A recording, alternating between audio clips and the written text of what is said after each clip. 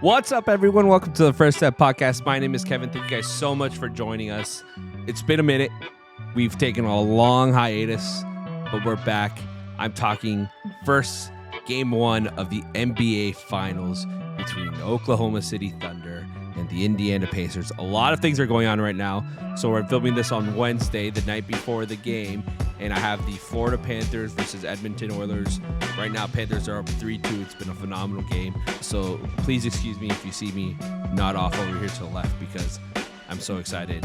I can't keep my eyes off this. But I wanted to make this pod for you guys, especially right before the game. Make sure you guys get your bets in. This should be a fun, interesting finals, right? These are two teams that aren't necessarily the largest markets in the world. OKC and the Pacers in Indiana. But man, it's like a fun little unlikely matchup. We saw the Pacers play well. Haliburton's been shooting lights out. Talk about an incredible player. And then Oklahoma City's been just doing what they've been doing all season long. They're playing incredible. A lot of fun. But hopefully by the end of this podcast, you guys are going to feel comfortable with some bets, some different odds. We're going to talk about different odds and how they came up and they moved, where the sharp money is at. And I'll even throw in some of my favorite bets and the same game parlay at the end. Go ahead, grab a seat. Let's dive in. Thank you. This is First Step. So as of today, most books have the Thunder settled at around -9 and the total floating between 230 and 231, which is crazy high for a game one. It's a very high scoring game, a very comfortable OKC win. 230 plus is extremely high for an NBA Finals game. Only a few matchups like the 2017 Warriors-Cavs series even touched that range. But let's dig in and see where the actual money is landing. Let's go through the public versus sharp. So while breaking down the splits here, public is clearly backing the Pacers to cover. So about 63% of the tickets are in Indiana to cover, which kind of makes sense, right? Casual bettors love a big underdog story. But those bets only account for 43% of the total money wagered on the spread, meaning that big money is backing OKC to cover. So less bets are going to OKC, but more money is going towards OKC. What does that mean? Usually sharp bettors, people who have bigger bankrolls are betting on OKC to cover. That's a strong signal that you should probably take the OKC. Moneyline, on the other hand, it's a curveball. It's nearly a 50-50 split on who's going to win the game. Money lines are trickier. It creates like an interesting contrast to what I said about the spread, because the spread suggests that OKC is going to dominate, while the money line cash hints at an appetite for a possible upset. Whether that's value hunting or wishful thinking, it's up for debate. Total for the over-under has both public and majority of money going for the over at 231. So around 63% of the bets and 65% of the money are backing the over. No big divergence here. Both sides are expecting a high scoring affair. Two teams that love to run and shoot. It's easy to see why. But anytime the crowd is unified, and especially on an over, you're going to have to ask yourself, like, is the number just a little bit too inflated?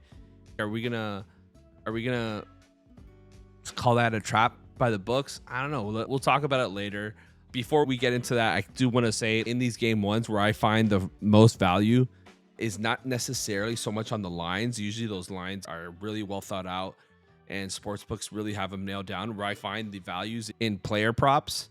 And that being said, you have star player props, which is like SGA.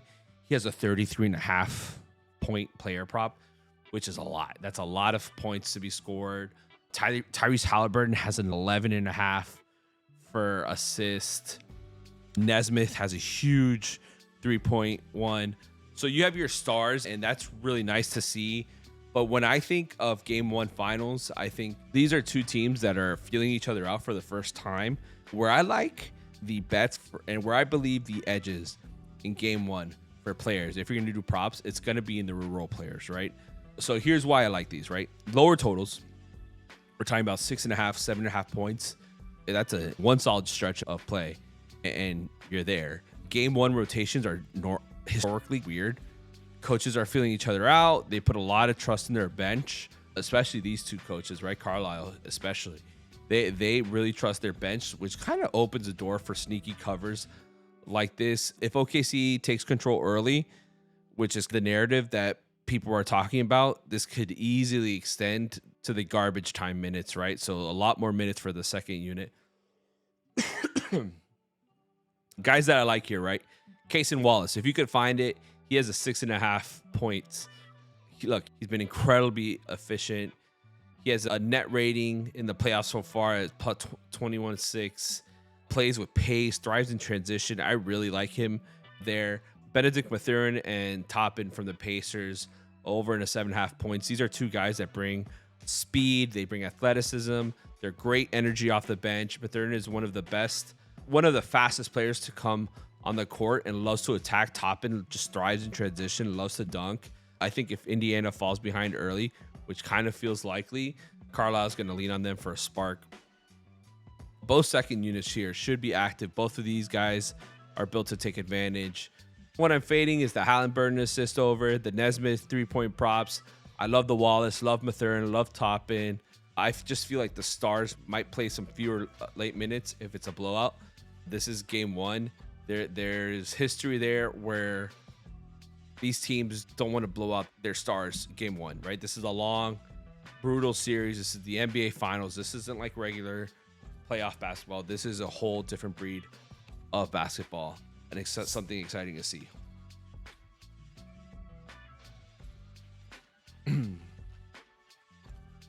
All right, so here's the thing. Basketball's all fun, but sports books and sports betting, where you find your edge here is trying to attack the sports books. What's the best play? And you have to avoid traps, right? So put on your tinfoil hat here, and you have to assume that sports books are setting a trap here. Pacers at +9. 9 points is a lot, but here's the thing: that the line actually moved toward the favorite, opening at around 8.5 and then ticking up to 9.5, despite more bets landing on the Pacers. That's like a reverse line movement. That's classic. More bets on Indiana, but the number climbs in OKC's direction. I don't know. That tells sharp money is backing the Thunder. Books are comfortable giving that public an extra half point on Indiana, which usually means they aren't afraid of getting burned by it. If the +9 was truly a mistake, we see it drop, right? Instead, it's hovering at 9.5. I think they're inviting Pacers money. I think that's a red flag. The other one I see here is that over. I know what I said. Everyone's leaning that over. Man, but I just feel that's really high. It's higher than traditional NBA final lines here. Usually land in the 190s or the 200s. I understand that these teams play fast. Yes, the league scores more now, and 230 in game one of the finals. I don't know. It just stands out to me. Roughly 65% of the money and bets are on this, but the total hasn't exploded yet. In fact, it's moved up and down a bit from 229 and a half to 231, and then back down to 230. I don't know. The book seems content with this high number, and the public keeps smashing the over. I think they don't mind the liability, and I don't know. That kind of is a red flag to me. It could be a trap. I say this game 115, 105. We're at 220 there, and it's way under the 231. It could be fun. I'm not saying it's impossible, but we'll see. Thunder are dominant home favorites here, and the Pacers are the likable upset.